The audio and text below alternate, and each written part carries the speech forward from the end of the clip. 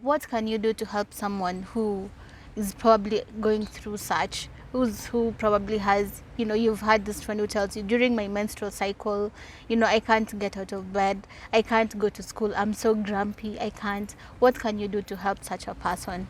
I think the first thing I will recommend is to validate. Make sure you're validating what someone else is telling you. When someone tells you they're struggling with something, validate them. Don't start questioning them. Don't start being like, are you pretending, you're faking? I usually have my periods and I'm fine. Or even me, CJ, I had a breakup and I was fine. Or whatever.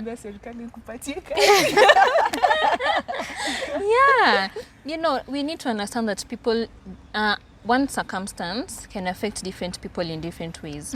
If there was, I don't know, an earthquake here, or a terrorist attack here, we are all stayed here, the four of us, it will affect each of us in an absolutely different manner.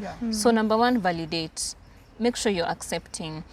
Another thing is, you want to show that you're interested and you're open to understanding, how are you feeling, what are you struggling with, educate me.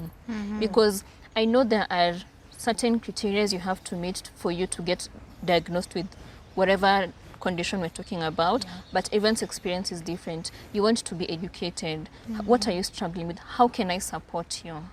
You also want to ask open-ended questions. You don't want to ask questions where the person's options are yes or no, because it's not a, it's not a black and white situation. So you want to understand, how are you feeling? What are you struggling with? How does that feel?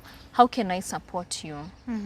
Can I cover for you at school or at work? Can I bring you a hot water bottle? Can I accompany you? Can I help you make an appointment with whatever health care professional you need at the moment? So that's very important. You also want to offer them the amount of support that they are willing to accept.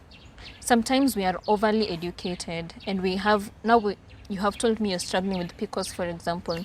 I've Googled, I've read every article, I have watched every webinar, and I have information upon information.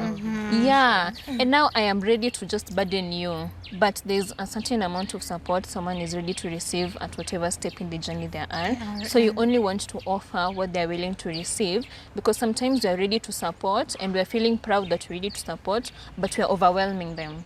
So you want to walk with them and not in front of them. Okay. Thank you so much.